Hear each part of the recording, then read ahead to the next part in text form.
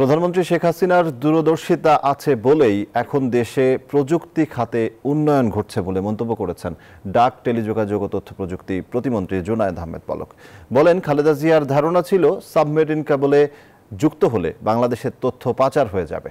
তার এমন অবুঝ আচরণে বাংলাদেশ 50 বছর পিছিয়ে পড়েছিল।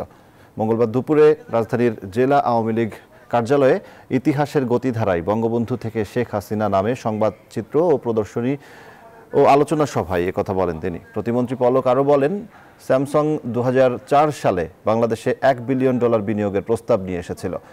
কমিশনখোর তারেক জিয়ার লোভের কারণে তারা বাংলাদেশ থেকে বিনিয়োগ প্রস্তাব ফিরিয়ে ভিয়েতনামে নিয়ে যায় বলেও মন্তব্য করেন পলক।